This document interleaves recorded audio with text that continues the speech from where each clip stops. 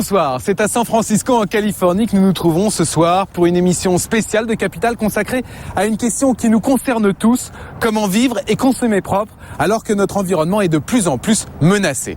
Alors pourquoi être venu ici à 10 000 km de la France ? Eh bien parce que les États-Unis, c'est le pays au monde qui pollue le plus par habitant, mais contrairement aux idées reçues, c'est aussi le pays où l'écologie est le plus rentrée dans les mœurs.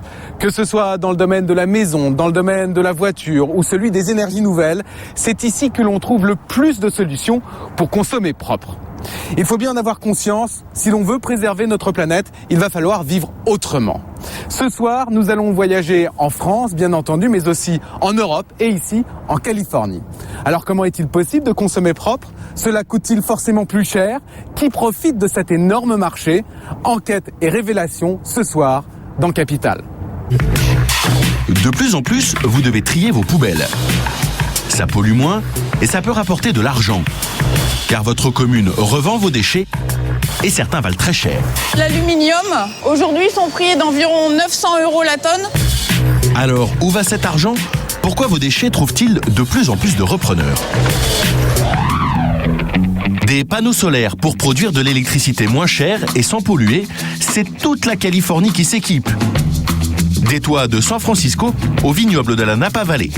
Ordre du gouverneur Arnold Schwarzenegger. Avec 1 million de toits en panneaux solaires, on va réduire les émissions de gaz à effet de serre. Le solaire, est-ce vraiment une bonne affaire ? Et qui sont les rois de ce nouveau marché ? Dans les rayons des hyper, elles prennent de plus en plus de place. Les lessives vertes, elles sont plus chères, mais en échange, elles sont censées être plus écolo. Seulement, toutes ne tiennent pas leurs promesses. Il n'y a aucun effort de fait pour l'environnement dans cette lessive ? Non. Une lessive qui lave efficacement, sans polluer, est-ce possible ? Et que valent les labels écolos ? Aux États-Unis, ce surfeur de 67 ans est un mythe. Pas pour ses performances sur sa planche, mais parce qu'il a créé la première entreprise écolo du pays. Il a inventé les pulls polaires, fabriqués avec des bouteilles de plastique recyclées. Comment a-t-il eu l'idée de ces vêtements révolutionnaires et comment en a-t-il fait un business extrêmement profitable ? Maison écolo, voiture propre, en Californie, les stars d'Hollywood s'y mettent toutes. Comment vivent-elles 100% vert ? Nous avons rencontré Daryl Hannah. L'actrice nous reçoit chez elle pour découvrir tous les gestes qu'elle fait au quotidien pour protéger l'environnement.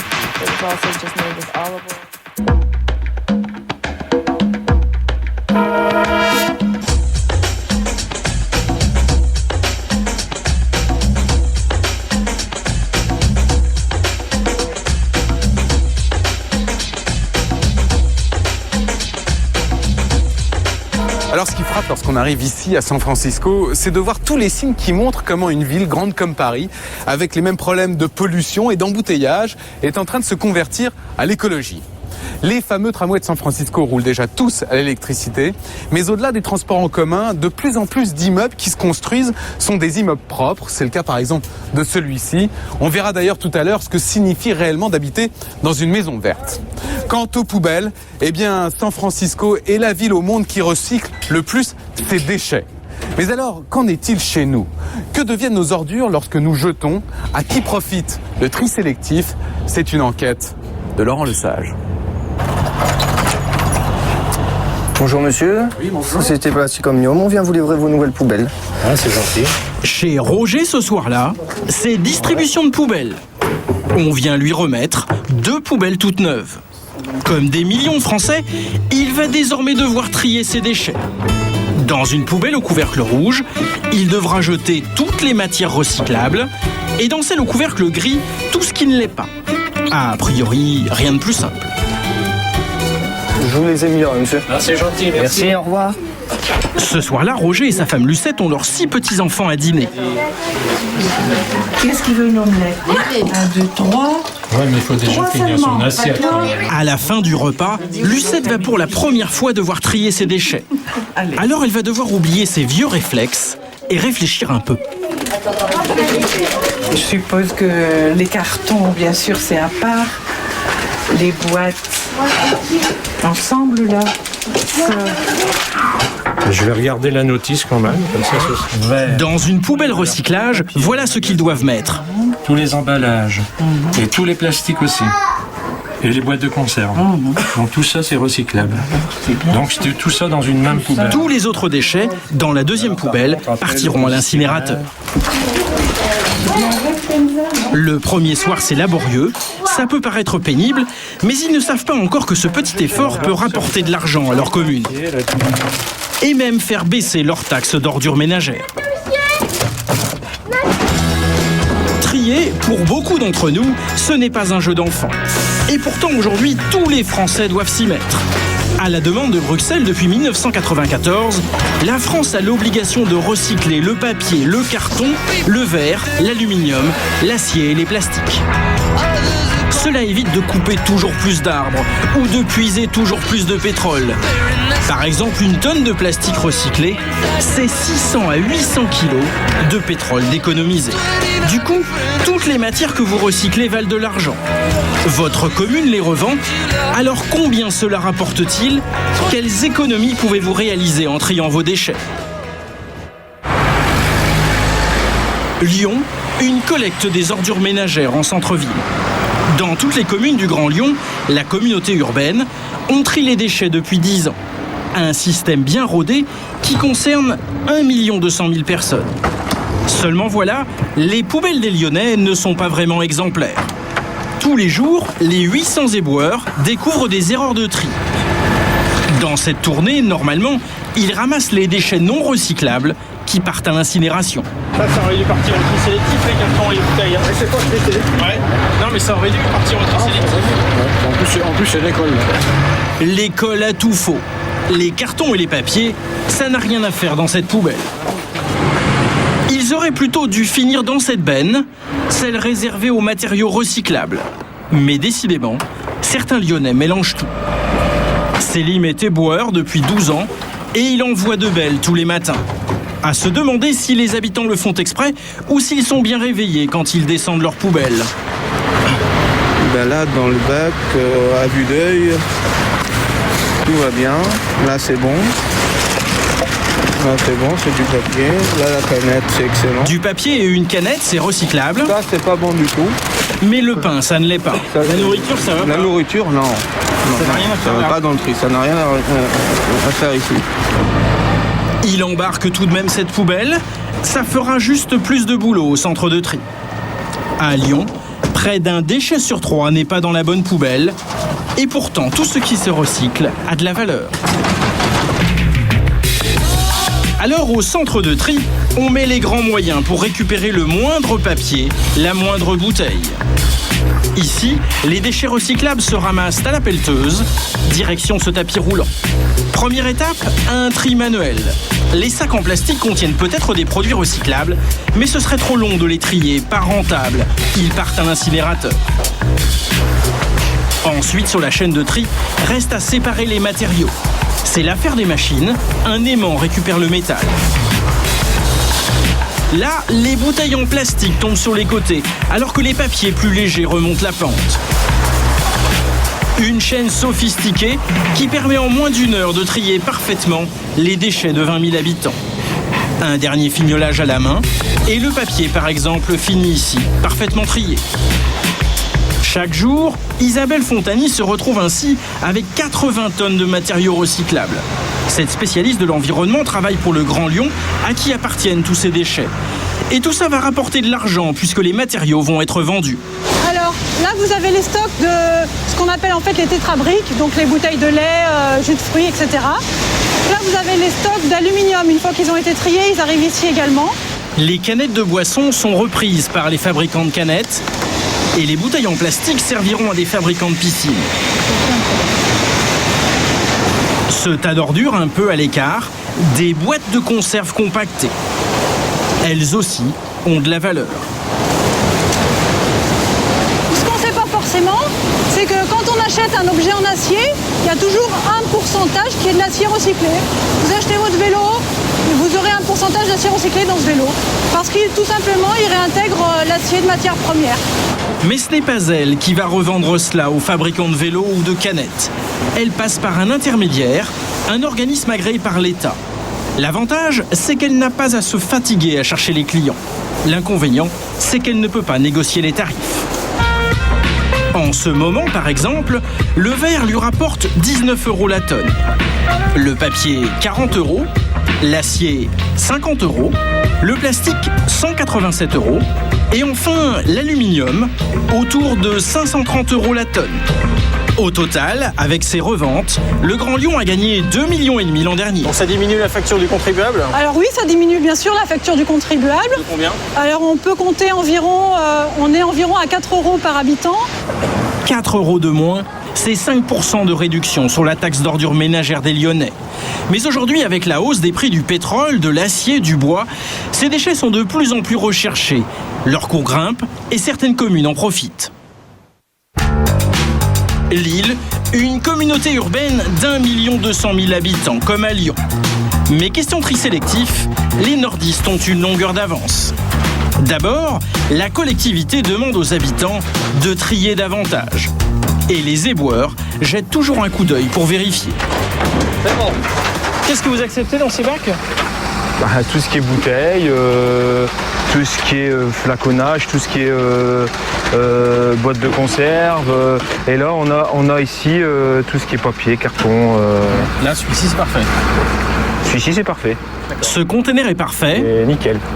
Très bien. Lors du vidage de la poubelle, les papiers et cartons vont tomber dans le haut du camion. Et les flacons en bas. Faire trier davantage les habitants, ça diminue la charge de travail au centre de tri. Et au final, ça coûte moins cher à la collectivité. Égard à ceux qui ne respectent pas les consignes, comme dans cette poubelle, où du papier est mélangé avec du verre.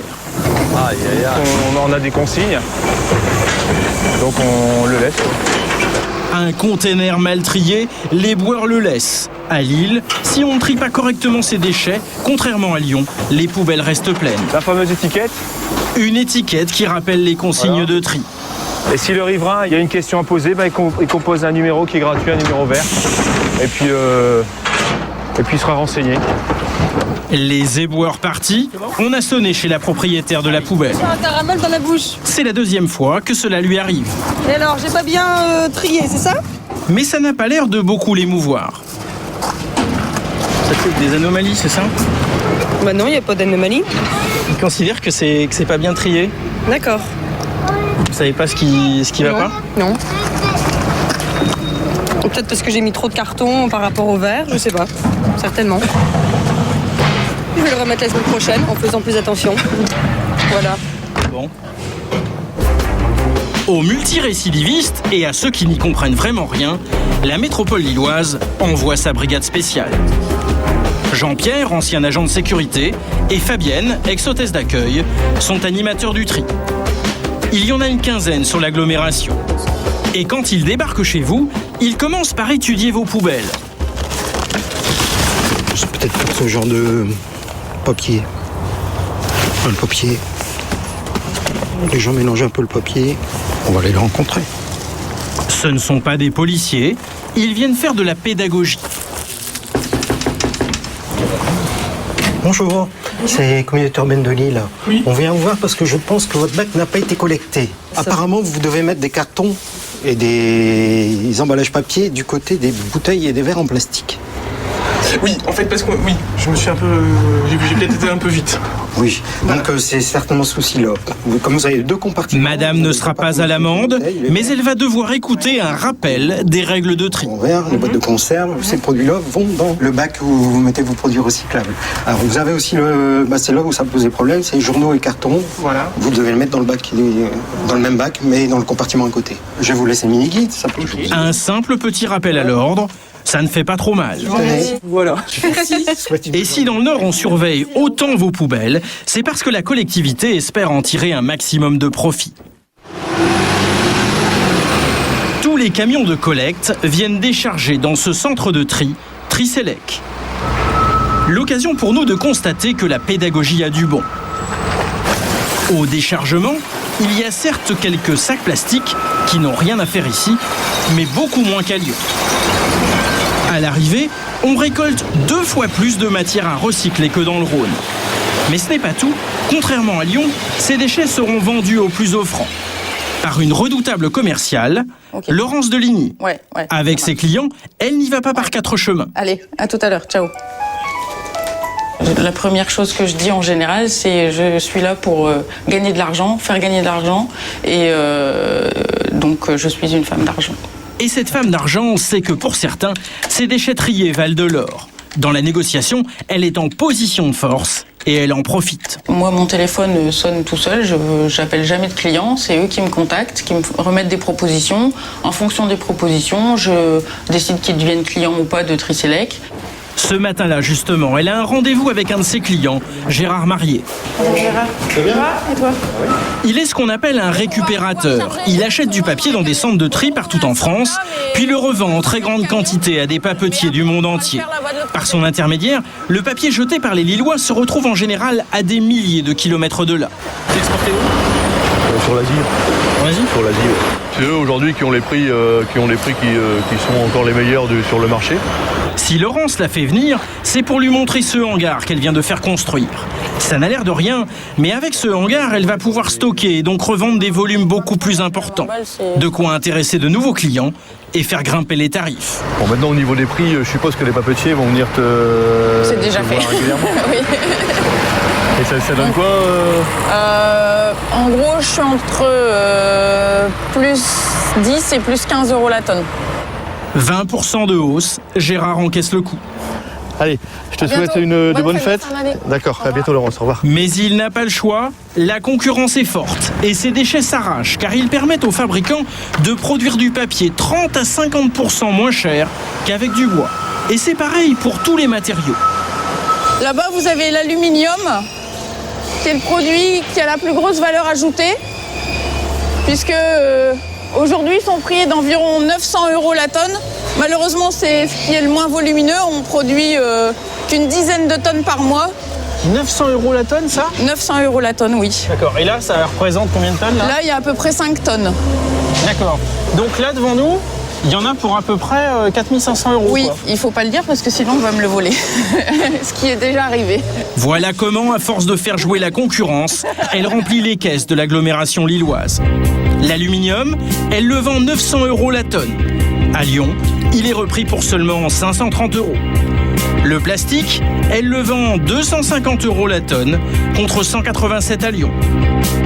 Enfin, le papier, 60 euros la tonne contre 40 à Lyon. Résultat, 15 euros d'économie sur la taxe d'ordures ménagères d'un Lillois chaque année, contre 4 pour un Lyonnais. Les déchets recyclables, ça rapporte gros, alors certaines villes ont adopté une méthode encore plus radicale pour en collecter un maximum. En Alsace, voici la région de Dannemarie. À première vue, ce qui frappe, c'est qu'ici les poubelles ne courent pas les rues. Lorsqu'ils font leur collecte chaque matin, c'est toujours la même chose, les éboueurs cherchent les containers à ramasser. Car ici, on applique une nouvelle règle. Plus vous jetez de déchets non triés, qui partiront à l'incinérateur, plus vous payez. Et pour ça, les éboueurs pèsent chaque poubelle.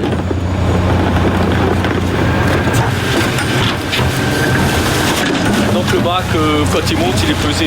Et quand la lumière verte s'allume, c'est-à-dire que le bac a bien été pesé. Quoi. Et comment l'ordinateur sait que c'est la poubelle de monsieur machin et pas de son voisin ? C'est-à-dire qu'il y a une puce là. Il y a une puce là, ici, qui se trouve là en dessous. Ah oui. C'est tout simple. Chaque poubelle est équipée d'une puce qui l'identifie. Et à chaque levée, l'ordinateur du camion enregistre la pesée. C'est instantané et ça permet de facturer à chaque habitant une redevance proportionnelle à ce qu'il a jeté. Donc là, le dernier conteneur qu'on a affecté est 23 kilos. Cela pose tout de même un petit problème. Certains ont tendance à jeter leurs ordures dans la poubelle de leurs voisins. Alors, on a inventé la poubelle à serrure. Chacun paie donc au prorata de son poids d'ordures non recyclables 36 centimes du kilo. Et il y a une deuxième règle, une sorte de taxe de prise en charge, 73 centimes à chaque sortie de poubelle. Alors les habitants ne la sortent pas souvent. Vous n'avez pas sorti votre poubelle ? Non. Pourquoi ? Parce qu'elle n'est pas pleine, donc je la sors quand elle est pleine. Uniquement ? Uniquement. Joël, cette semaine, n'a pas beaucoup de déchets. Oh, il y a 3 sachets dedans. Donc là, il y en a pour 2 mois avant qu'elle est pleine. Au moins. Pour jeter un minimum, elle trie tout. D'abord, elle a un composteur dans lequel elle jette tout ce qui est biodégradable. Il y a des restes d'épluchures, d'oranges, de salades. Et ça met combien de temps pour faire du terreau, à peu près ? Ça met un petit moment, il faut toujours prendre par le bas. Faut toujours prendre par le bas. Le terreau, une bonne nourriture pour ces plantations dans le jardin. Ça pourrit, oui, ça pourrit. Et surtout, elle trie avec précision tout ce qui peut avoir une seconde vie. Car le ramassage de tous ces déchets recyclables n'est pas facturé par la commune. Ça, c'est mis une fois par semaine. Enfin, quand le sac est plein, je le mets. C'est le jeudi qu'il ramasse les bouteilles plastiques avec les papiers cartons. Son mari, lui aussi, est branché récupération. Qu'est-ce qu'il y a par ici ? Les bouteilles et la ferraille. Les bouteilles dans une caisse, la ferraille dans un bidon. Avec de telles habitudes de tri, le couple n'a sorti sa poubelle d'ordures ménagères que 3 fois seulement cette année. Un record. Voilà. Et ça se ressent sur leur redevance. J'ai payé 25 € pour 16 kilos. Donc vous avez eu 16 kilos d'ordures ménagères entre quel mois et quel mois ? En 6 mois. En 6 mois. Le chien n'a même pas à finir les restes. Grâce à ses efforts, le couple paie moitié moins de redevances que la moyenne des Français. Plastique, carton, grâce à cette incitation financière, cette région est devenue la championne de France du tri. Les éboueurs récupèrent 50% de déchets recyclables en plus qu'à Lille par habitant. Tout bénef pour la collectivité qui les revend et qui n'a plus grand-chose à incinérer. Grâce à la vente des déchets, aujourd'hui, contrairement à une idée largement répandue, trier et recycler ces déchets coûte en moyenne 30% moins cher que de tout faire brûler. Nous sommes de retour à San Francisco. Alors, on a vu dans le reportage comment sont recyclés nos déchets en France. Ici, il faut savoir que le recyclage peut aller beaucoup plus loin. Prenez par exemple cette maison. C'est une maison qui a été fabriquée avec des matériaux de récup, comme par exemple cette avancée au premier étage. Ce sont des panneaux en aluminium, des panneaux de signalisation que l'on trouve dans les rues ou sur les autoroutes et qui ont été utilisés pour faire cette avancée au lieu de finir dans une décharge. Pour le haut vent, là, c'est pareil, c'est un pare-brise de voiture qui a été utilisé pour le haut vent au lieu de finir à la casse. Cette maison contient 9 appartements écolos. Alors, à quoi ressemble une maison verte de l'intérieur ? On y va. Bert, qu'est-ce qu'il y a de différent ici par rapport à une maison classique ? Bon, il y a plusieurs choses, mais pour commencer, regardez le sol. C'est du béton recyclé. Vous savez ce qu'il y a dedans ? C'est de la cendre de charbon. Normalement, ça aurait dû partir à la poubelle. Et nous, on l'a récupéré. Alors, au lieu que cette cendre pollue l'atmosphère, elle a été réutilisée. Et à part le béton, qu'est-ce qu'il y a d'écolo ici ? Il y a aussi les fenêtres. Elles sont très larges, très hautes, et elles sont plein sud pour faire entrer le maximum de lumière. Et en fait, cette lumière, elle chauffe le sol. Parce que ce qu'il y a de bien avec ce béton brut, c'est qu'il capte la chaleur et il la rediffuse. En fait, il chauffe la pièce. Donc, vous ne mettez pas de chauffage en ce moment ? Non, on n'a pas vraiment besoin d'allumer. J'ai réduit ma facture de chauffage de 80% depuis que j'habite ici. Pourtant, il fait près de 0 degrés à l'extérieur, alors qu'ici, il fait quoi, 25 degrés ? Ouais, peut-être pas 25 degrés, mais en tout cas, on est bien au-dessus de 20 degrés, ouais.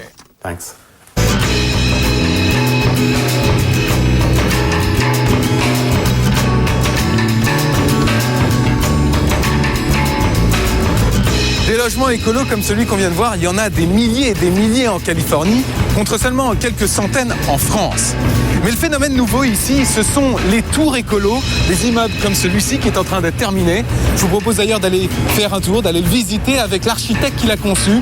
Ça nous intéresse nous directement en France parce que ce même architecte est en train de construire un immense immeuble écolo dans le quartier de la Défense à Paris. Il y aura d'ailleurs des éoliennes sur le toit. Alors, qu'est-ce que ça change de travailler dans un bureau vert ? Eh bien, suivez-moi.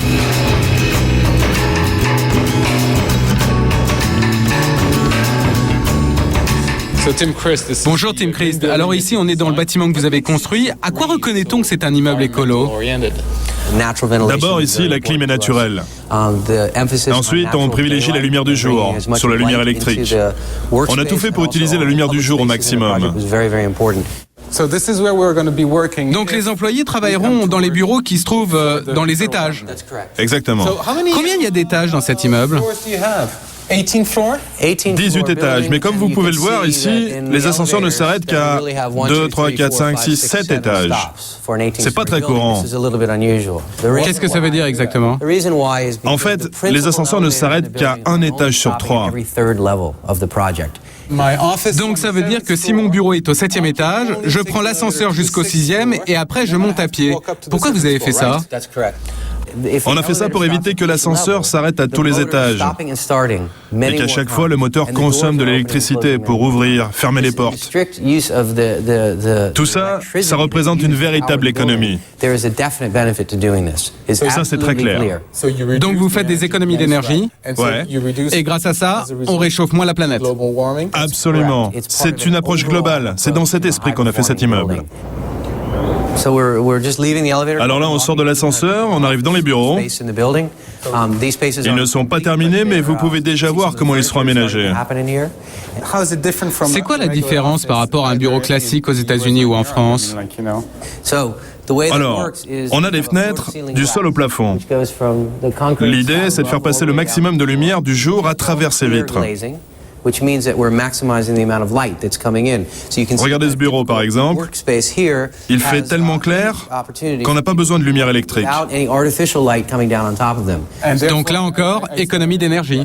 Exactement. Il n'y a pas de lumière venant du plafond et en plus, on n'a pas installé d'air conditionné. Il n'y a pas du tout d'air conditionné ici? Non, il n'y en a pas besoin. La climatisation est naturelle ici. En fait, c'est tout simple. C'est le vent qui permet de faire entrer l'air frais à l'intérieur. Il n'y a qu'à ouvrir les fenêtres. Ouais, mais pas seulement. Il y a un ordinateur central qui contrôle toutes les fenêtres du bâtiment. Comme ça, elles peuvent être ouvertes ou fermées quand il le faut. Normalement la nuit, et ça rafraîchit le plafond en béton qui ensuite maintient l'air frais. Et pour un employé, ça change quoi de travailler dans un bâtiment comme celui-là plutôt que de travailler dans n'importe quel autre immeuble? Les employés sont plus efficaces parce qu'ils se sentent mieux.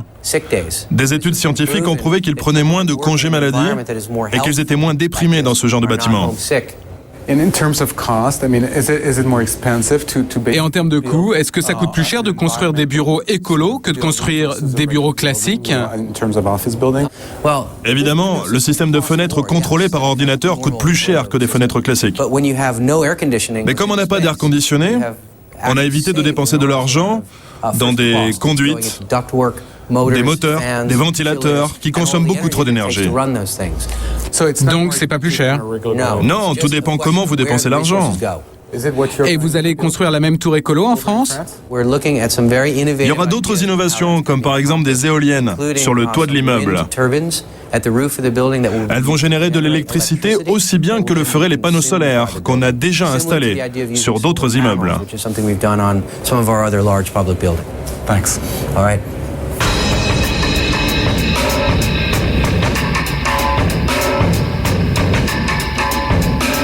Dans le domaine de la maison, il y a un poste qui nous concerne tous, c'est celui chauffage. Il faut dire qu'avec la hausse du prix du pétrole ces dernières années, le chauffage pour beaucoup d'entre nous est devenu hors de prix. Et en plus, si c'est du fioul, c'est très polluant. Mais aujourd'hui, il existe une autre façon de se chauffer, c'est l'énergie solaire, les panneaux solaires. En France, ça démarre tout juste, mais ici en Californie, c'est un énorme business. Dans les centres-villes comme celui de San Francisco, on voit un peu partout des panneaux solaires comme ici sur ce toit. Alors, comment l'énergie solaire est-elle devenue accessible à tous? C'est un reportage de Nathalie Moisan. Lakeport, en Californie. Mike Gallagher est un vendeur à domicile très demandé en ce moment. Il a été contacté par l'occupant de cette maison. Mais qu'est-ce qui s'est passé en janvier et en décembre? Comme des milliers de Californiens, le propriétaire Stan Smith est un peu embêté. Sa facture d'électricité a flambé l'an dernier, une augmentation de 50%. Bon, on va jeter un coup d'œil autour de chez vous. Alors, à 8 ans de la retraite, M. Smith a décidé de trouver une solution qui fait un malheur en ce moment. Une fois à la retraite, le problème, c'est que vous allez en consommer l'électricité. Et sa solution, Monsieur Smith n'est pas allé la chercher très loin.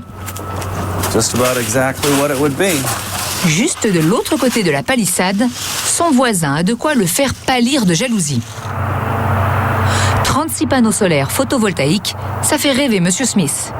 D'autant qu'une fois amortie, l'installation du voisin fournit une énergie naturelle et donc gratuite. Ouais, les panneaux sont bien améliorés. Ils sont pas moins chers pour autant.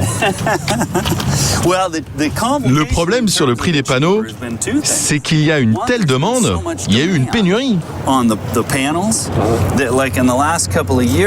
Depuis 2 ans, beaucoup de sociétés n'arrivaient même plus à s'approvisionner. Elles vous disaient oui, et puis vous deviez en fait attendre 6 mois pour avoir vos panneaux. Et en bon vendeur, Mike Gallagher va encore en rajouter. J'imagine que depuis 2003, votre facture a dû quoi doubler, non? C'est dingue.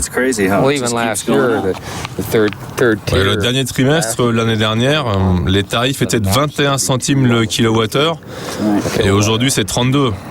Presque 33. Et ça va encore grimper, hein.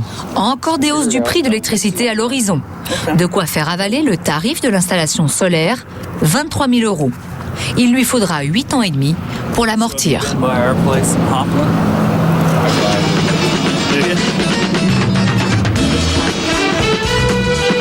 En Californie, depuis 5 ans, c'est la ruée sur les panneaux solaires. Il y en a déjà 10 fois plus qu'en France.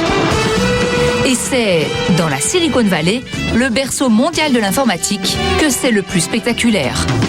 On les retrouve même sur le toit de la plus célèbre entreprise du secteur, Microsoft.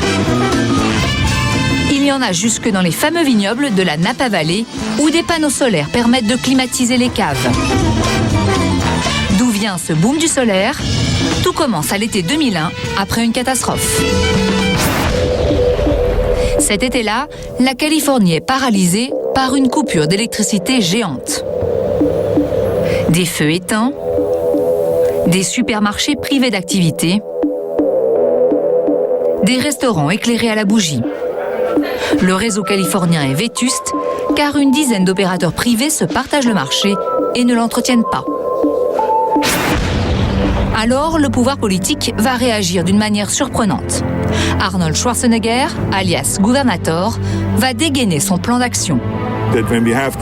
Quand nous aurons 1 million de toits avec des panneaux solaires, nous aurons une réduction de gaz à effet de serre de 3 millions de tonnes. C'est comme si on retirait d'un seul coup 1 million de voitures de la circulation. Schwarzenegger entend régler 2 problèmes, les pénuries d'énergie et la pollution. Une politique unique au monde, accompagnée d'une pluie de subventions qui va faire le bonheur des entreprises.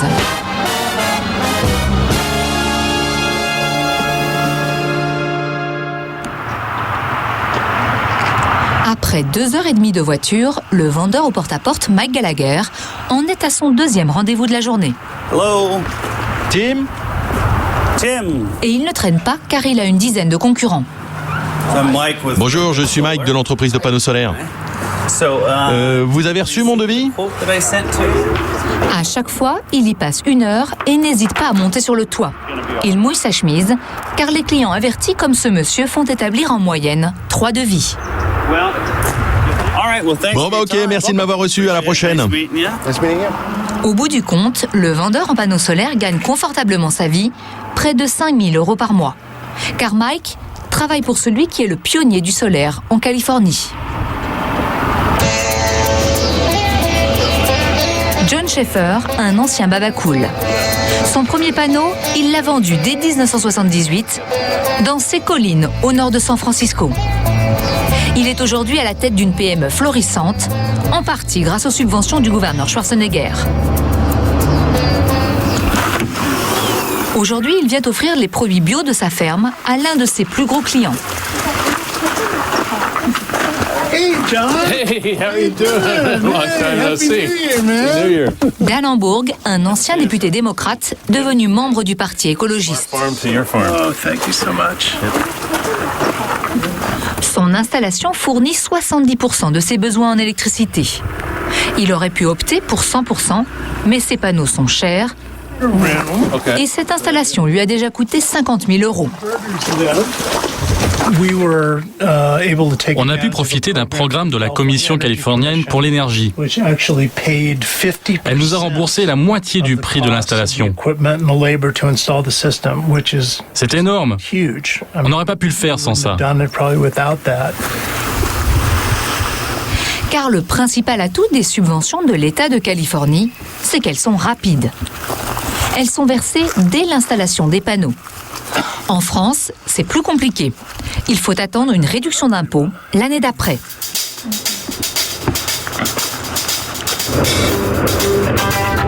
Grâce aux retombées du plan Schwarzenegger, l'entreprise de John Schaeffer connaît une croissance de 50% par an depuis 5 ans. Au milieu de nulle part, sa PME ressemble à un petit musée du solaire avec sa boutique où l'on trouve toutes sortes de produits écolos. Des pompes de biodiesel pour produire du carburant écologique à 6 100 € pièce. Des fours solaires à 150 € quand même. Est-ce que ça fait de la bonne cuisine? La cuisine française. Mais ce qui se vend le mieux, ce sont ces petits gadgets. Ça, c'est un chargeur de portable ou de baladeur. On peut aussi brancher d'autres appareils électriques, pour le camping par exemple. Et combien ça coûte? $99. Mais il y a encore mieux. Avec ça, le soleil, mettez celui-ci, après ça, le chapeau comme ça, et avec le soleil, on est très froid. C'est pas de chaud.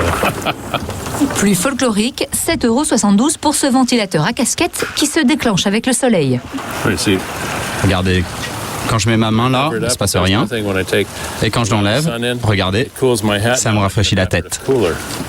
C'est ainsi que le magasin à gadgets génère chaque année un chiffre d'affaires d'1 300 000 €. L'ancien Babacool a revendu son business à une société spécialisée dans le bio. C'était il y a 5 ans, au tout début de l'explosion du marché. Il reste tout de même salarié de l'entreprise qu'il a créée pour un confortable salaire de près de 10 000 € par mois. Et les panneaux, ça se rentabilise vite? Pour amortir le système en Amérique, on considère qu'avec une installation normale, ça prend 6 à 12 ans. En Californie, prodigue ses conseils. D'autres sont déjà passés au cran supérieur. Des promoteurs bâtissent aujourd'hui des lotissements entiers où les panneaux solaires sont intégrés dans le toit à la place des tuiles. Il y en a déjà une dizaine en Californie.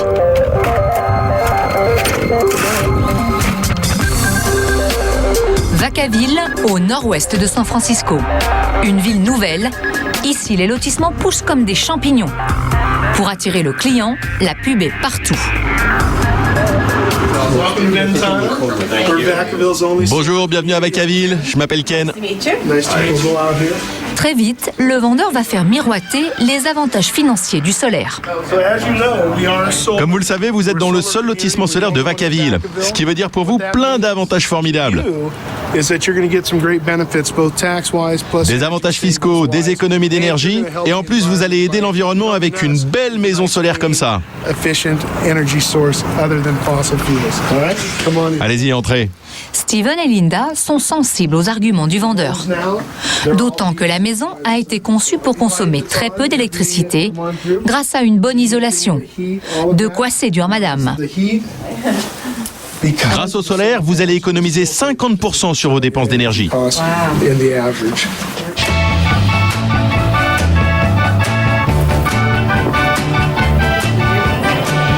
Le solaire permet même des petites fantaisies, comme une fausse cheminée électrique avec des lampes en guise de flammes.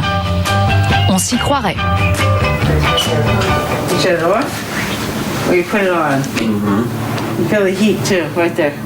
You'll find yourself backing up to it, cozying up to the fire. It has a blower, that's Yes, I like very nice. En tout cas, le couple choisira un lotissement desservi par l'énergie solaire. Moi, je suis prêt à payer plus cher pour un système solaire. Je pense que ça vaut le coup. En 5 semaines, depuis l'ouverture de la maison témoin, Ken Leach a déjà vendu une villa et il a 4 autres familles intéressées. Il n'est pas trop inquiet pour la suite. Les gens aiment ça parce qu'ils peuvent chauffer autant qu'ils veulent l'hiver, mettre autant d'air conditionné qu'ils veulent l'été. En plus, ils apprécient le crédit d'impôt. Tout le monde veut économiser de l'argent. Et si vous leur montrez que c'est possible tout en préservant l'environnement, forcément tout le monde va en vouloir. Derrière ces lotissements écolos, il y a un businessman pressé dont l'ascension est fulgurante. Thomas Dinwoodie, 52 ans, a fait passer le solaire à l'ère industrielle. C'est aussi un conducteur qui déteste polluer. Cette voiture est une voiture hybride. Elle consomme à peu près moitié moins d'essence qu'une voiture normale. J'ai eu une voiture totalement électrique. Elle venait du Danemark. Elle n'était pas légale dans ce pays, j'ai donc dû m'en débarrasser. Son plus beau coup à San Francisco, tout le monde le connaît. Une dalle de 5400 panneaux solaires sur le toit du Palais des Congrès de la ville. Une facture réglée par la municipalité pour environ 3 millions d'euros. L'aventure de cet ancien architecte a commencé il y a 15 ans dans un garage comme les petits génies de l'informatique. C'est là que tout a commencé. C'est ici, dans ce garage, que Powerlight est né. Je venais ici tous les jours. Aujourd'hui, il n'a plus la clé de ce local qu'il louait à l'époque pour une bouchée de pain.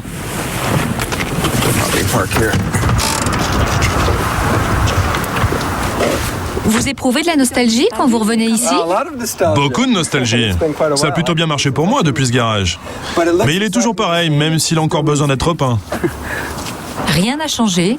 Il retrouve même le petit jardin attenant. Et le même jardin. J'avais quelques tomates pour le repas. Et là, la salle de bain. Et là, c'est là que j'ai commencé mon premier panneau. J'avais installé des tréteaux et c'est là que j'ai fait le premier prototype de photovoltaïque. À l'époque, en plus de son métier d'architecte, Thomas Dinwoodie passe des heures dans son refuge le soir et le week-end pour inventer des prototypes de panneaux. Je n'avais aucun moyen.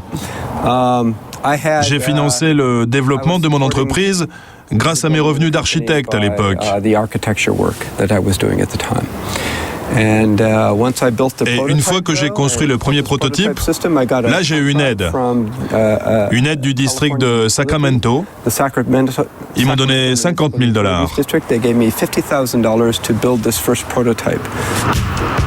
Et c'est grâce à une idée toute simple que Dinwoodie va subitement passer du petit garage à sa propre usine. Une idée à laquelle personne n'avait pensé avant lui, mais qui va tout changer. Car au début des années 90, les marchands de panneaux solaires butaient tous sur les deux mêmes problèmes. On installait une structure sur le toit et on posait le panneau solaire dessus. Ça faisait des trous dans le bâtiment. Et les propriétaires ne veulent pas de trous parce que ça cause des infiltrations d'eau. Et puis il y avait une autre difficulté. Les panneaux solaires à l'époque pesaient trop lourds. On ne pouvait pas en mettre partout. Aux États-Unis, comme les bâtiments sont souvent des constructions légères, ça éliminait 90% des bâtiments. Alors voici la solution révolutionnaire inventée par Thomas Dinwoodie. Un panneau solaire directement monté sur un bloc semblable à du polystyrène. Un élément qui s'emboîte comme dans un puzzle. Imaginez que ceci est un toit. On les pose comme ça et on les glisse l'une dans l'autre, comme ça, comme des tuiles. Plus la peine de faire des trous. Et en plus, ces nouveaux panneaux sont 10 fois plus légers. Le tour est joué. Aujourd'hui, l'entreprise de Thomas Dinwoodie est évaluée à 255 millions d'euros. Mais de ses débuts aventureux dans un petit garage, elle a conservé la modestie. Cette multinationale s'est installée à l'arrière de ce grand hangar. La culture maison rappelle un peu les startups de l'informatique. Et le patron, devenu millionnaire, se sent pousser des ailes. Il pense que tout le pays peut fonctionner au solaire et que, contrairement aux idées reçues, les panneaux représenteraient une surface raisonnable. Je vous dessine une carte. Ça, c'est les États-Unis. Alors, imaginez, on va faire un quiz. Je vous pose des questions, vous répondez. Pour fournir les besoins d'électricité de tout le pays, il faut une surface de cette taille, de celle-ci, ou de cette petite taille. Quelle surface de panneaux vous imaginez pour produire 100% de l'électricité du pays? Pour les besoins domestiques, les commerces, l'industrie. De l'État du Maine à Los Angeles. Quelle surface de photovoltaïque pour produire l'électricité jour et nuit? La grande? Bien sûr, vous pensez que c'est la grande. Eh non, c'est la petite. Le marché va augmenter de 25 à 35% par an dans les prochaines années. Ce qui est énorme pour une industrie, c'est le maximum possible. L'utopie se réalise. Un jour, le photovoltaïque sera plus important que le pétrole. Et le roi californien du panneau solaire pourrait bien s'attaquer à la France. D'autant que l'été prochain, chez nous, le prix de l'électricité va être libre. Et l'énergie solaire pourrait bien apparaître comme une solution moins onéreuse. Alors sachez que si vous voulez installer des panneaux solaires chez vous, nous vous conseillons de contacter l'ADEME, l'Agence de l'environnement et de la maîtrise de l'énergie, qui vous indiquera la marche à suivre. Alors, quand on parle de consommer propre, il faut savoir que ce qui pollue le plus dans notre vie quotidienne, c'est la voiture à essence. Inutile de vous dire que la Californie, c'est le paradis des voitures qui polluent, avec des 4x4, des berlines, des pick-up. Mais c'est aussi le pays où la voiture propre est en train de révolutionner le marché. À tel point qu'il est possible non seulement de louer des voitures classiques comme celle-ci, mais aussi de louer des voitures écolo. Alors justement, on va aller en louer une pour savoir ce que ça change vraiment. Vous louez beaucoup de voitures hybrides ici? Ouais, on a plusieurs modèles. On a la Honda Civic, là. Et puis on a la Toyota Prius aussi. Et à la location, c'est plus cher ou moins cher qu'une voiture normale? Nous, on les loue un peu plus cher, mais le client fait des économies sur le carburant. Et en tout, ça revient à combien pour le client? À l'arrivée, si vous prenez tout en compte, ça fait une économie de 20 à 30% pour le client à peu près. Donc c'est un peu plus économique et plus écologique. Ouais, c'est ça. Eh bien, merci. Ok, bonne journée.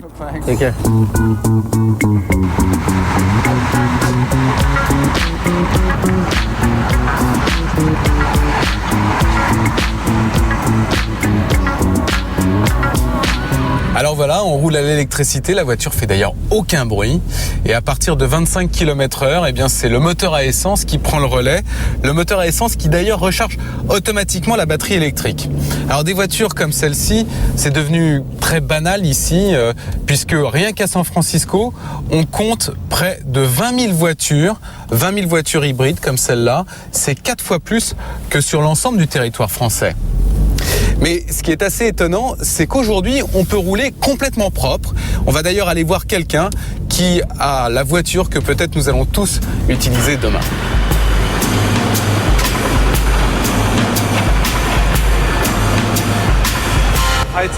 Bonjour Tim Lipman. Cette voiture a tout d'une voiture normale. Qu'est-ce que vous mettez de particulier dans le réservoir? Cette voiture ne roule pas à l'essence, mais à l'hydrogène. Un gaz très léger. Mais c'est surtout un gaz inflammable. Oui, c'est vrai. Est-ce que la voiture peut exploser? Oui, c'est possible. Mais ces voitures sont aussi sûres que les autres. Ah bon? Vous êtes sûr? On ne peut pas en être certain. C'est d'ailleurs pour ça qu'on les teste pendant quelques années pour que les gens puissent les conduire en toute sécurité après. Mais alors, en quoi l'hydrogène est vraiment une énergie propre? Si vous regardez bien, la seule chose qui sort du pot d'échappement, c'est de l'eau. Eh ouais, c'est de l'eau pure qu'on peut boire.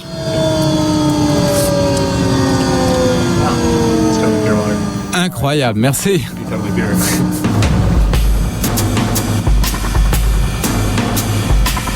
Alors il ne faut pas croire qu'il n'y a qu'ici que consommer propre est devenu une réalité économique. En France, dans les rayons d'hypermarchés, on trouve de plus en plus de produits qui ont des promesses écologiques. Exemple, les produits d'entretien comme les lessives ou les liquides vaisselle. Mais alors, que valent ces produits verts? C'est une enquête de Virginie Enaf et Claire Vanberg. Tout en haut de ce chemin escarpé, dans les collines de la Drôme provençale, Salut Jean-François. Jean-François Gravier a rendez-vous avec des cultivateurs. Viens, chanter. Jackie toujours. Voilà, Jackie, le producteur dont je t'ai parlé. Heureusement, tu m'as dit monte toujours, parce que là, c'est...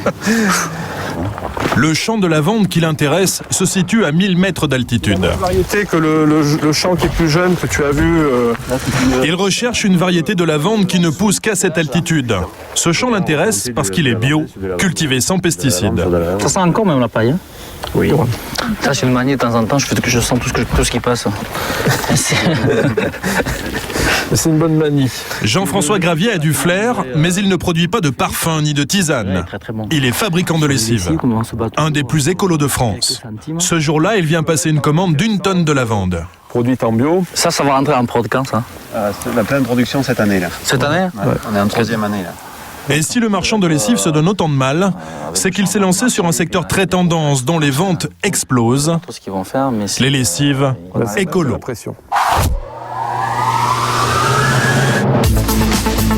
En hypermarché, les lessives traditionnelles affrontent de nouveaux concurrents, les lessives vertes. On ne peut pas rater leurs rayons car elles affichent la couleur. L'Arbre Vert, Rainette ou Maison Verte, flacons transparents couleur mentalo, leurs ventes ont doublé en 2 ans. Il y a bien des logos qui semblent vouloir dire quelque chose, mais comment s'y retrouver au milieu de ces nouveautés? Qu'y a-t-il vraiment dans ces lessives écolo? En Poitou-Charentes, à Saint-Benoît, c'est dans cette ancienne usine d'engrais chimiques que s'est installé l'Arbre Vert, le leader du marché. En France, il vend une lessive verte sur 2. Et ces chaînes tournent à plein régime. Bonjour. Le patron, Michel Lety, sait de quoi il parle. Il a une formation de chimiste. Sa gamme de détergents ferait presque saliver. Du lave-vitre à la menthe, du dégraissant à l'orange ou encore du liquide vaisselle à l'amande. Autant de produits dits écologiques car ils contiennent des substances végétales. Mais depuis l'an dernier, le produit qu'il vend le mieux, c'est la lessive.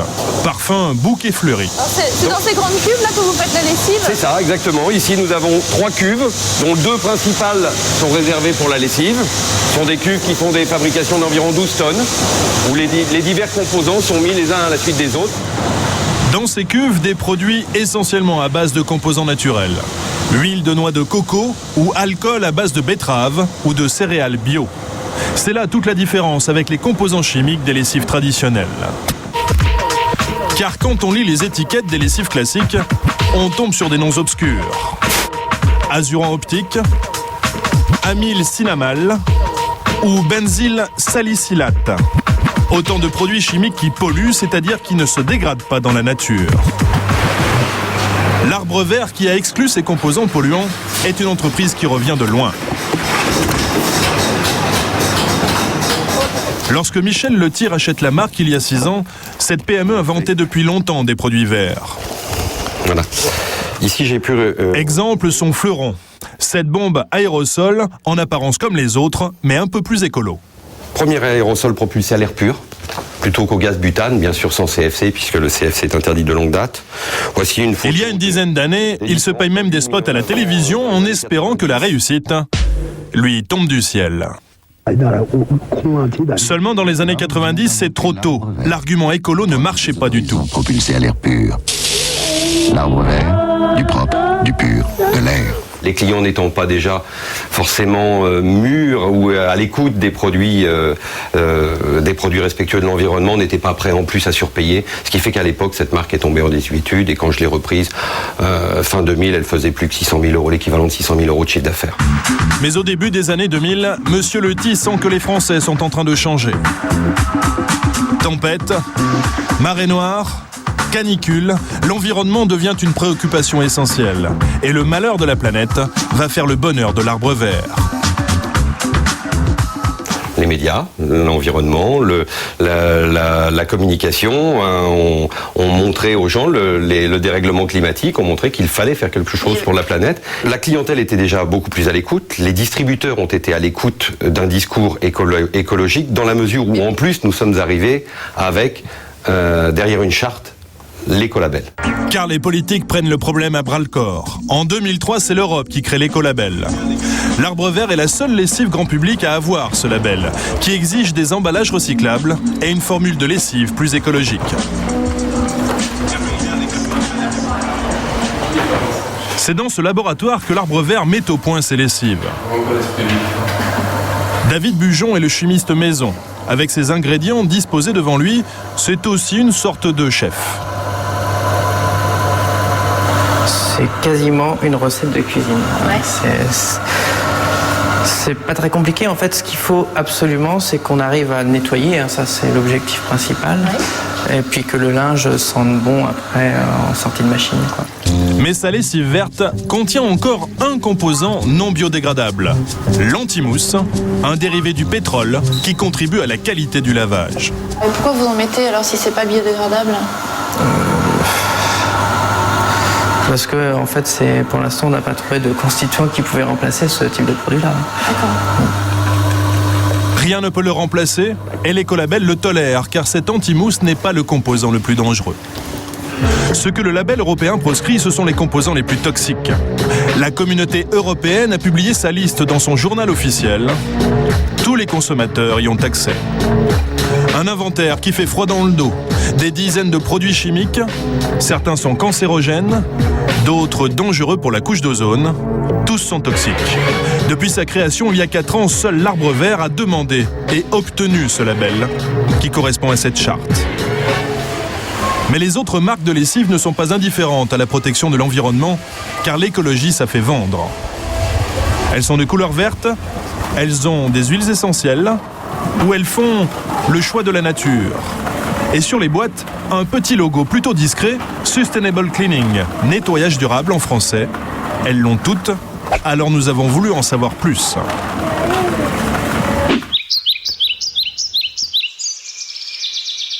Parmi toutes ces marques, il y a un industriel qui a depuis longtemps joué la carte écolo. Pour vous présenter le nouveau Le Chat Machine sans phosphate.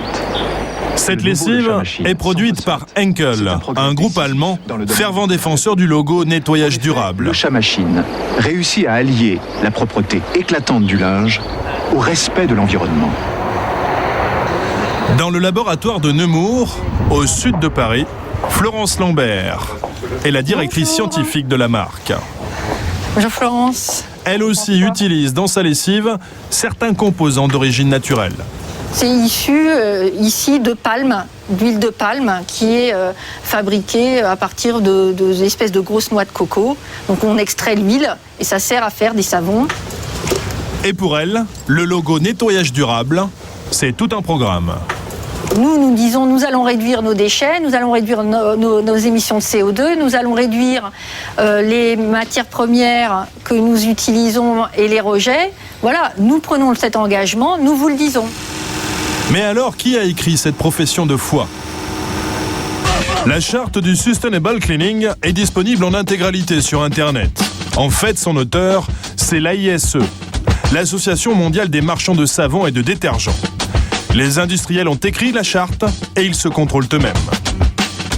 Cette charte stipule que ces entreprises veillent à ce que leurs produits soient fabriqués de manière sûre. Mais aucune liste noire de produits toxiques n'apparaît sur leur site. Selon Florence Lambert, il en existe une en interne pour le groupe Henkel. Chez Henkel, nous avons une liste noire, par exemple, qui recense tous les 6 mois à peu près tous les ingrédients que nous nous interdisons d'utiliser. Pas parce qu'ils sont interdits à la vente, mais parce que notre comité scientifique estime qu'il pèse il y a un doute sur cet ingrédient, il y a un risque. Nous appliquons le principe de précaution. Cette liste noire, le groupe Henkel ne la communique pas au grand public. En revanche, la composition officielle de sa lessive est publiée sur Internet. C'est une obligation légale. Nous l'avons imprimée et montrée à de grands spécialistes de la chimie en Europe. 4 composants ne sont pas biodégradables. Toutefois, ces lessives ne sont pas dangereuses au regard de la loi. Et toute cette liste énorme. Aujourd'hui, en hypermarché, donc, aucune lessive ne contient 100% de composants naturels. La seule solution pour en trouver, c'est de payer plus cher en poussant la porte des magasins spécialisés bio. Ici, pas de slogan accrocheur qui saute aux yeux, une dizaine de marques inconnues du grand public, vendues 2 fois plus cher qu'en supermarché. En un an, les ventes de ce rayon spécialisé ont augmenté d'1 tiers. Vous achetez jamais votre lessive en supermarché? Non. Pourquoi? Parce que je trouve qu'il y a trop des produits synthétiques, il y a trop de parfums, voilà. Et vous trouvez pas que c'est un peu plus cher, malgré tout? C'est un petit peu plus cher, ouais, mais je trouve qu'il vaut le coup. Ici, les clients sont des puristes, les industriels aussi.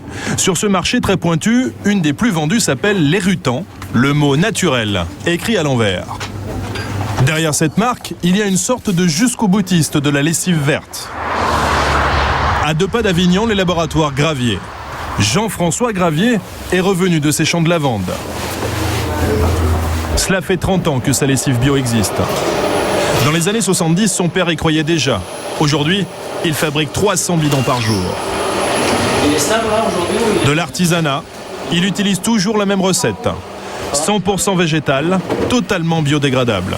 Alors chez nous, c'est effectivement c'est savon, plus détergence, plus parfum. J'ai oublié un petit quelque chose, il y a un tout petit peu aussi d'alcool. Pourquoi? Pour mieux dégraisser. L'alcool, c'est de l'éthanol, de culture biologique aussi, mais ça dégraisse un petit peu mieux. On ne met pas d'enzymes, on ne met pas de colorant, on ne met pas d'azur optique, donc vous n'aurez pas le linge plus blanc que blanc, comme certaines pubs le disent, mais nous, bon, on fait comme ça. Ce pharmacien passionné court même les champs de lavande pour fabriquer ses huiles essentielles, 100% bio, dignes d'un parfumeur. Il ne met que ça. Ah ben là, il est impeccable. Mais les composants végétaux ont aussi leurs petits inconvénients. Ces lots de lessive n'ont jamais la même couleur. Vous voyez, vous avez 3 lots différents là. Ouais. Donc, vous avez 3 lots différents. C'est la même lessive là? Tout à fait, c'est la même lessive. Et qu'est-ce qu'il faudrait pour que ce soit de la même couleur? Un petit peu de colorant, pas beaucoup. Parce que là, vous voyez, pour avoir par exemple cette couleur-là tout le temps, c'est, allez, peut-être 10 grammes, 10-15 grammes de colorant à la tonne de colorant orange. Et pourquoi vous en mettez pas alors? C'est un choix. C'était pas, le colorant, malheureusement, c'est un produit qui est 100% de synthèse, donc nous, on n'en utilise pas.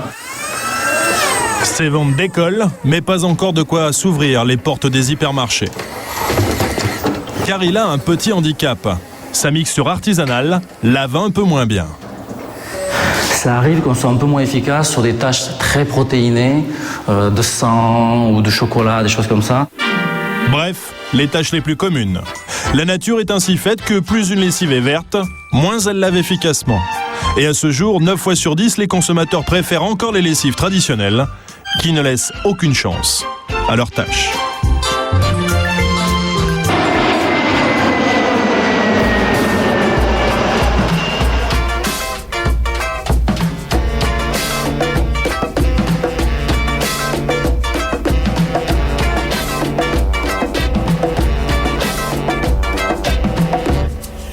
Nous sommes toujours en Californie, mais cette fois à Los Angeles, dans la capitale mondiale du cinéma. Aujourd'hui, de plus en plus de stars s'engagent pour défendre l'environnement et essayer de vivre totalement bio. Mais alors, qu'est-ce que ça veut dire au quotidien? Eh bien, nous allons maintenant rencontrer une star chez elle, dans sa propriété, c'est Daryl Hannah. On la connaît pour ses rôles dans Blade Runner, dans Wall Street ou encore plus récemment dans Kill Bill. Alors, non seulement elle a décidé de consommer totalement propre, mais en plus, c'est une militante. Elle réalise des reportages qu'elle diffuse sur Internet pour sensibiliser l'opinion. Moi, je conseille vraiment aux gens de manger des fruits bio et des légumes crus et frais, parce que ça permet d'avoir un bon apport en vitamines. Une pomme par jour éloigne le docteur pour toujours.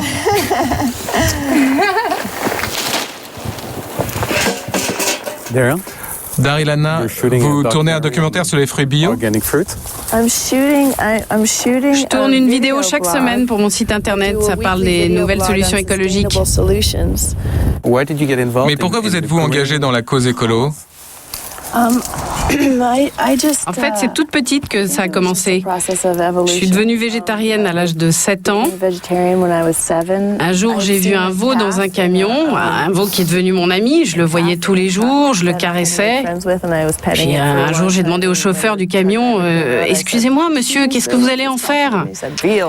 Rôti de veau, demain 7 heures. Et ça a été un choc. Oui, à partir de là, j'ai vraiment plus réussi à faire la différence entre l'animal qui était dans mon assiette et celui que je voyais. Alors vous avez été à la pointe de ce combat écolo, mais comment expliquez-vous que de plus en plus de stars de Hollywood s'engagent et deviennent des militants verts aujourd'hui? C'est une prise de conscience qui est générale.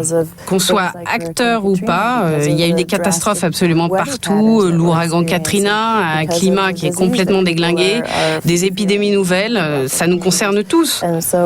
Donc les gens se rendent compte qu'il est vraiment temps que ça change. À travers toute la planète, on commence à comprendre qu'on doit faire des choix vraiment plus sensés, des choix plus sains pour soi-même, et que si on fait ces choix-là pour soi, ça doit vraiment avoir un effet bénéfique pour son entourage, mais aussi pour l'environnement. Voilà. Et vous, votre voiture est écolo? Oui, bien sûr. Regardez, j'ai une vieille El Camina qui date de 1983. J'ai absolument rien fait dessus, à part la repeindre en noir. Et regardez, elle roule à l'huile de cuisine, à l'huile de friture, juste récupérée dans les fast-foods. Et ça, c'est un carburant super propre. Mais où est-ce que vous faites votre plein? Regardez, j'ai ma propre pompe, juste ici. Ah bon, vous avez votre propre station-service? Oui, en fait, vous pouvez acheter du biodiesel à la station du coin. En Europe, c'est beaucoup plus courant qu'ici. Je sais qu'en Autriche, par exemple, vous pouvez en acheter à la pompe et c'est celui-là que j'utilise. Vous savez qu'en France, c'est interdit d'utiliser de l'huile de cuisine. C'est vrai? Parce que du coup, vous ne payez plus de taxes à l'État, ce que l'on fait pour tous les autres carburants. Ah oui? Mais ça, c'est vraiment un problème qu'il faudrait régler. Vous ne savez peut-être pas, mais ces moteurs diesel ont été inventés au départ en France par Rudolf Diesel et ils ont été inventés pour marcher justement à l'huile végétale. N'importe laquelle, qu'elle soit faite à partir de cacahuètes, d'amandes, de tournesol, de maïs, qu'elle soit neuve ou vieille, peu importe. Ça a été conçu pour ça. Et ça, donc, c'est... Ça, c'est du biodiesel et vous pouvez voir jusqu'où c'est rempli, juste là. Et là, vous allez faire le plein, là? Oui, je vais le faire. Mais d'abord, ce que je voulais vous dire, c'est que je peux faire le plein directement. J'ai rien changé à la voiture, ni au moteur, parce que cette huile a déjà été raffinée. Au fond, c'est juste comme n'importe quel carburant. Vous avez besoin d'aide? Non, ça va, je me débrouille très bien toute seule. Oui, je vois ça. C'est comme n'importe quel carburant, vous le mettez dans le réservoir. La seule différence avec un carburant normal, c'est que celui-là, il est complètement propre. Regardez, tenez, sentez, ça a la même odeur que du sirop d'érable. Ça sent bon, hein? C'est totalement inoffensif aussi. Même s'il y a une fuite, il n'y a aucun danger.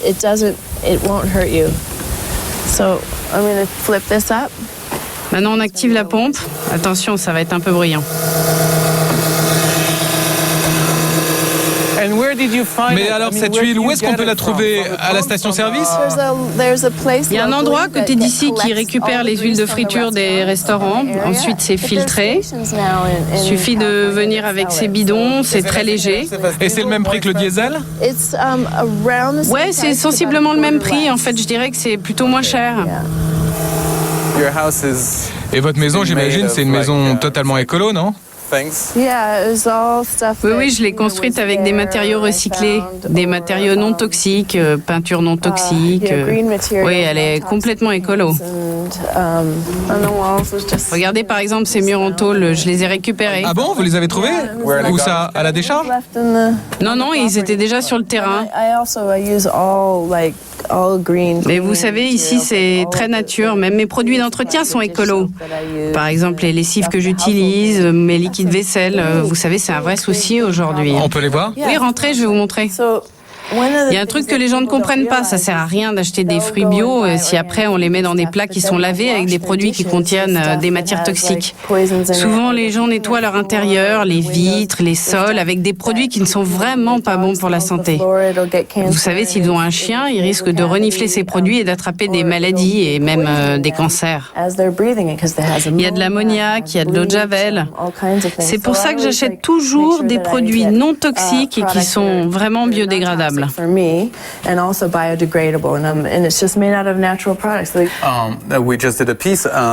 a vu dans le reportage qu'il y en a qui sont plus biodégradables que d'autres. Alors, comment bien choisir?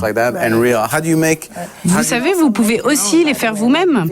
Le vinaigre, par exemple, c'est un super bon nettoyant et le jus de citron aussi, comme plein de produits naturels que vous pouvez utiliser. N'est-ce pas un peu excessif de vivre comme ça, 100% écolo? Pas du tout, c'est ce qu'il y a de plus sensé.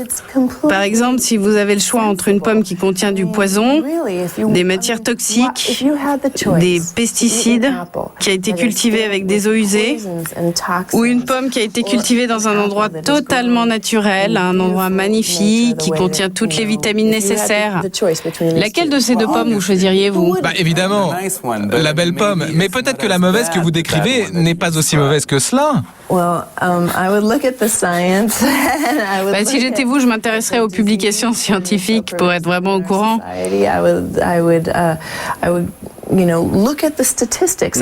Regardez les chiffres, regardez les faits, les études le montrent.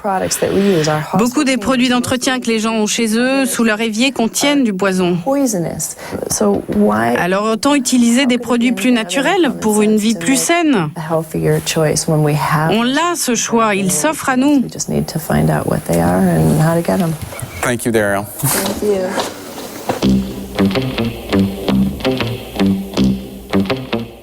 Tout au long de cette émission, on a vu comment changer de comportement pour préserver notre environnement. Il faut savoir qu'aujourd'hui, consommer propre est une démarche qui est très à la mode et qui peut rapporter beaucoup d'argent. Je vous propose maintenant de voir l'histoire d'un homme qui a été le premier à se lancer dans le business vert. Comment a-t-il construit un empire avec les vêtements bio? C'est un reportage de Maud Brunel. À 1 heure de Los Angeles, bienvenue à Ventura. Une petite ville tranquille, au bord de l'océan Pacifique. Au petit matin, les surfeurs profitent des premières vagues. Derrière les maisons chics du front de mer, Ben, un sans-abri, est déjà en pleine tournée. Il trouve que la journée commence plutôt bien. Regardez, j'ai trouvé des chaussettes. Les chaussettes, belle prise, il va les garder pour lui. Mais en fait, au milieu des détritus, Ben traque une chose bien précise. Les bouteilles en plastique, les gens les jettent, moi je les emmène au recyclage. Pour Ben, comme pour des milliers de personnes à travers le pays, fouiller les poubelles, c'est un job. J'emmène tout ça au centre de recyclage, ils me donnent un peu d'argent pour ça. Les bons jours, je me fais entre 20 et 30 $. Pour combien de kilos? Entre 5 et 10 sacs. Et vous savez ce qu'elles deviennent ensuite, vos bouteilles? Tout ce que je sais, c'est qu'ils arrivent à en faire plein de trucs différents. Allez les gars, faut que j'y aille. Ce que Ben ne sait pas, c'est que ces bouteilles en plastique ont fait de l'un des habitants de Ventura une star du business écolo. Sa société, Patagonia. Des vêtements de sport vendus dans le monde entier. Doudounes, polaires, chemises, des habits confectionnés en partie à base de plastique recyclé. Une affaire florissante, 250 millions de dollars de chiffre d'affaires l'an dernier. À Ventura, le siège de cette multinationale est au bord de l'océan. L'ambiance, dans le bureau du PDG, plutôt décontractée. Hey boss, tu as vu cette photo de toi en train de surfer? En chemise de montagnard, voilà le patron, interpellé par son bras droit. Regardez cette photo. Yvon Chouinard, mon patron, en plein conseil d'administration. Ça a l'air chouette chez vous. Où est-ce que tu as eu cette photo? Yvon Chouinard, 67 ans, d'origine canadienne. Il ne paye pas de mine, mais en 30 ans, il s'est construit un empire. Il a toujours inventé des produits innovants. Le plus connu, c'est le pull polaire. Celui-là, il a 30 ans. C'est le tout premier vêtement qu'on ait fabriqué à partir de cette matière, vous savez, la polaire. C'est un client qui nous l'a envoyé. On garde les vieux habits comme ça pour garder un peu l'histoire de l'entreprise.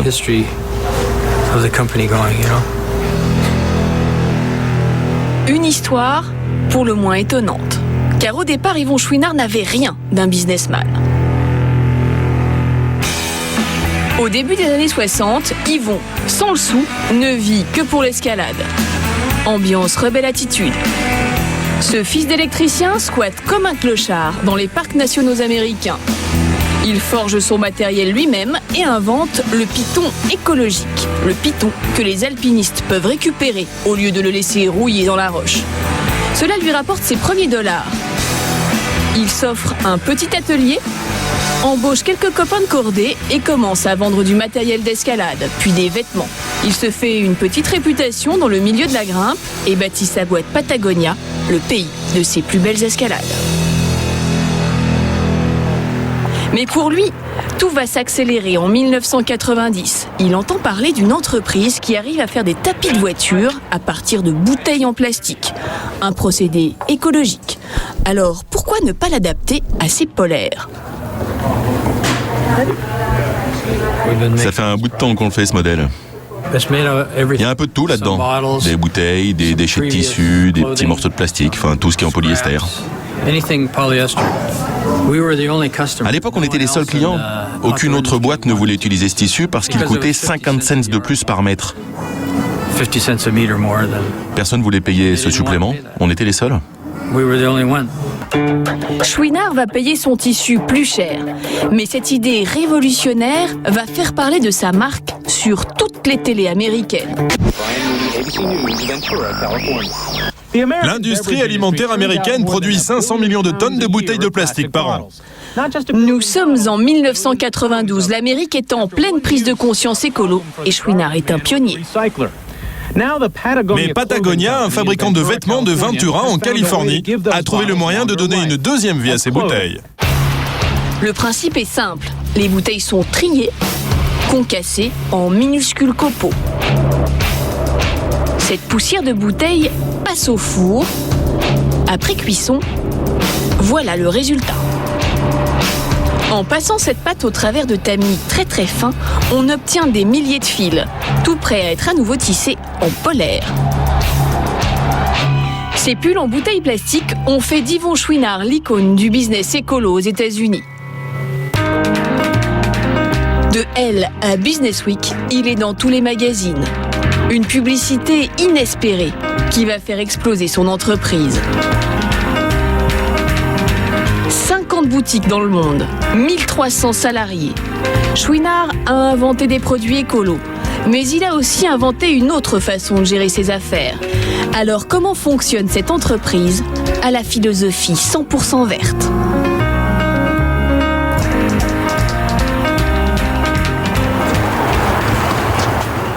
Sa réussite intrigue d'autant plus que ce patron n'a rien de conventionnel. En pleine semaine, aux heures de boulot, Yvon retrouve ses employés pour un petit tennis. Ce jour-là, sur le cours, il y a Kissy, le directeur général, Alison du sponsoring et Tony de l'approvisionnement tissu. Mettre la pâtée au boss pendant les heures de travail, ça fait partie de la philosophie maison.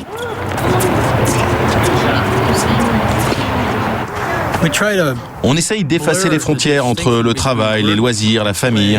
C'est un tout, vous voyez. C'est pour ça qu'on retrouve nos familles au travail.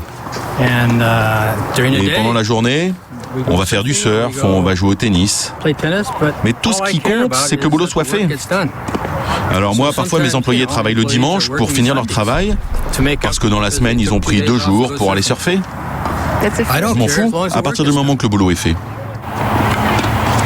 Les employés d'Yvon gèrent leur temps comme ils l'entendent. En fait, ils bénéficient de pas mal d'avantages assez étonnants. Retour au siège de l'entreprise. Allez, on va à l'école. Il y a du vent aujourd'hui. Le matin, les Ferguson arrivent au boulot en famille, avec Queenie, leur fille. C'est son école? Oui, c'est sa classe, ici. Elle est dans le secteur des dauphins, c'est pour les enfants de 2 ans. La crèche, c'est sur place, une idée du patron. Entre 6 mois et 5 ans, 150 enfants d'employés sont là tous les jours. Une crèche d'entreprise, ce n'est pas très répandu en France, c'est carrément rarissime aux États-Unis. Allez, un bisou et tu nous pousses au boulot. Les parents de Queenie apprécient, c'est pratique et surtout très économique. Ça fait partie des avantages en nature que nous offre l'entreprise. Ils subventionnent pas mal de choses, dont la crèche. On paye, mais c'est beaucoup moins cher que si elle allait à la crèche en ville. Les Ferguson payent $600 par mois, 2 fois moins que pour une crèche en ville. Et pour aller bosser, ils n'ont que l'allée à traverser. D'après le patron, les parents sont moins stressés et ils travaillent mieux. À midi, le boss déjeune, comme tout le monde, à la cantine. Là aussi, il a imposé son style, nature, tongs et nourriture bio. La nourriture est bonne? C'est délicieux, ce mec est génial. Mika, le cuistot, doit faire déjeuner 300 personnes tous les jours. Et ce n'est pas facile de trouver du bio pour tout le monde. Le plus difficile, c'est de s'approvisionner en conserve bio. Là, j'ai de la salade de fruits bio, du lait de coco bio, des haricots rouges bio. Et c'est cher tout ça? Oui, presque le double. Cette huile d'olive, par exemple, la normale coûte dans les $10. Là, c'est de la bio, elle fait $35. Et pour que les employés mangent sain sans se ruiner, la société paye la moitié de leur repas. Une crèche qui coûte $600 000 par an, une cantine bio qui revient 2 fois plus cher. Comment Yvon Chouinard gagne-t-il de l'argent? D'autant que les tissus écolos qu'il utilise sont plus chers que ceux de ses concurrents. Ce jour-là, les designers dévoilent au patron un prototype réalisé avec une nouvelle matière. Et ça, Yvon, c'est le tout dernier polyester 100% recyclé et imperméable. Du recyclé, 100% imperméable. Jusqu'à présent, cela n'existait pas. Et en plus, le vêtement lui-même est recyclable. Je trouve que le tissu est vraiment pas mal. C'est vachement élastique, hein, c'est bien. Ça plaît au patron, mais ça va coûter bonbon. Bon, selon nos prévisions, rien que la matière première, ça va coûter de 20 à 25% plus cher qu'un tissu normal. Et je compte pas la confection. 25% plus cher. Même les clients les plus écolos ne sont pas prêts à payer une telle différence. C'est tout le problème. On a calculé qu'une fois en magasin, on ne doit pas être plus de 10% plus cher que nos concurrents qui, eux, ne travaillent pas sur du recyclé. Dans ces cas-là, la méthode inculquée par Yvon Chouinard à ses troupes est simple. Ce qu'on met dans le tissu, on l'économise sur le reste. Là, juste un zip assez long pour pouvoir passer la tête. Une petite fermeture éclair coûte moins cher qu'une longue et c'est plus rapide à coudre. Là, juste une poche, très simple. Une poche poitrine, c'est plus économique que 2 sur les côtés. On reste dans nos prix en enlevant tout ce qui n'est pas indispensable. Mais en fait, c'est pas très à la mode, ça vous fait pas perdre de clients? Sans doute. Mais c'est pas pour tout le monde. Il y a des gens qui aiment les fanfreluches, d'avoir des décorations un peu partout. Mais ça, c'est pas nos clients. Qu'ils aillent acheter ailleurs. Hein.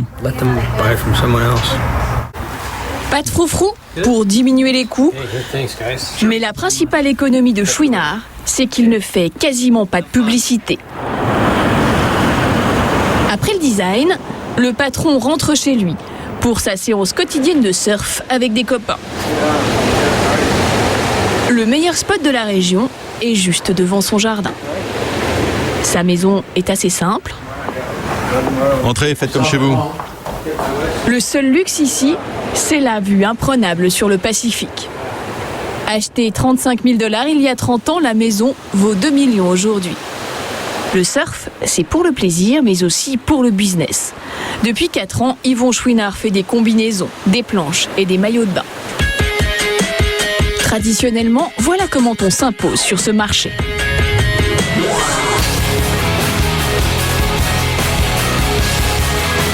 Dans les magazines spécialisés, une page sur 2, c'est de la publicité. Les marques y consacrent entre 10 et 15% de leur chiffre d'affaires. Chouinard, lui, n'en fait quasiment jamais. Ses concurrents se bagarrent aussi à coups de millions de dollars pour se payer des stars. Oxbow s'est offert Laird Hamilton, ancien champion du monde. Quicksilver, Kelly Slater, un mythe. Chouinard aussi a sponsorisé des champions, mais il vient de les virer, car il a une intuition. Aujourd'hui, ce ne sont plus les stars qui font vendre.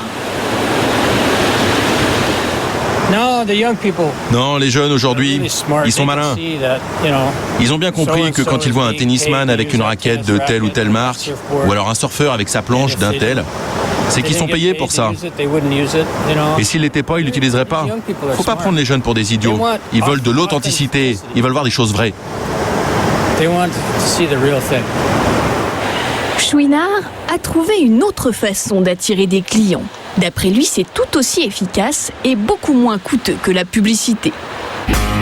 Le mécénat écologique. Il verse 1% de son chiffre d'affaires à des associations environnementales. Au total, plus de 2 millions de $ l'an dernier. Et il le fait savoir. Dans ses magasins, sur chaque vêtement, impossible de rater l'étiquette 1% pour la planète. Selon lui, c'est la meilleure façon aujourd'hui de se différencier des autres marques. C'est bon pour les affaires. Parce que vous savez, les gens ont le choix. Ils peuvent acheter des baskets chez Nike, chez New Balance, chez Adidas. Mais au fond, ces marques se ressemblent toutes. Ce sont les mêmes chaussures. Les clients ont le choix, alors si une marque décide de donner 1% de son chiffre d'affaires pour l'environnement, ça aura un fort pouvoir d'attraction sur certains clients. C'est pour ça qu'on peut se permettre de faire moins de publicité que les autres. Dépenser 1% de son chiffre d'affaires pour l'environnement, alors que ses concurrents mettent 10 à 15% dans de la publicité, au final, ça ne lui coûte pas bien cher et ça a l'air de marcher. Ils font du bon travail. Ils traitent bien les gens. Ils traitent bien le monde. Vous achetez souvent cette marque? Oui, mon fils en porte aussi. On soutient Patagonia. J'aime bien leur prise de position pour l'environnement. Le fait que les produits soient écolos, recyclables. Chouinard semble avoir réussi son pari. 180 $ le coupe-vent, 215 la polaire. Les produits sont un peu plus chers que chez les concurrents. Mais l'argument écolo fait mouche et jusqu'à présent, Patagonia était tout seul sur ce créneau. Comment vous trouvez? Cool, non?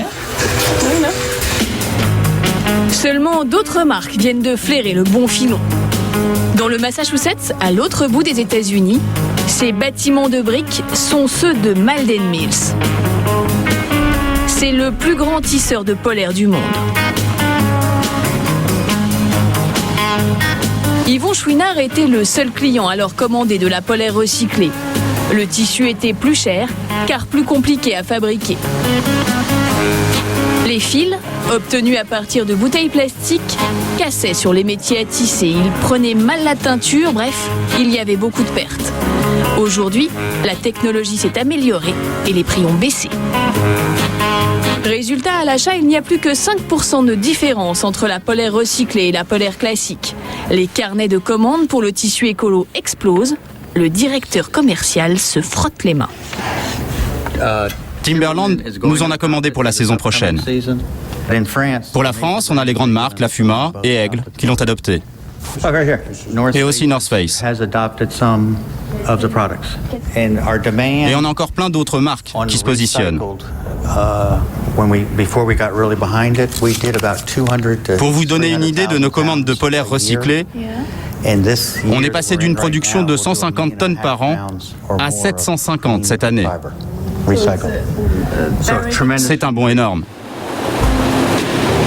Ses concurrents qui marchent sur ses plates-bandes, pour Yvon Chouinard, bien sûr, c'est un peu contrariant. Mais ça ne l'empêche pas de surfer. Pour tenter de garder une longueur d'avance, il a une nouvelle idée. Mettre un rayon alimentation dans ses boutiques et vendre de la nourriture bio. Voilà, notre voyage en Californie prend fin. Nous avons préparé cette émission avec Philippe Pécoul, Thibaut de Barberac, Fabien Vincent, Emmanuel Leclerc, Pénélope Ponté et Laurent Renaudy. Tout de suite, enquête exclusive consacrée à la Corée du Nord. Bonsoir et bonne semaine.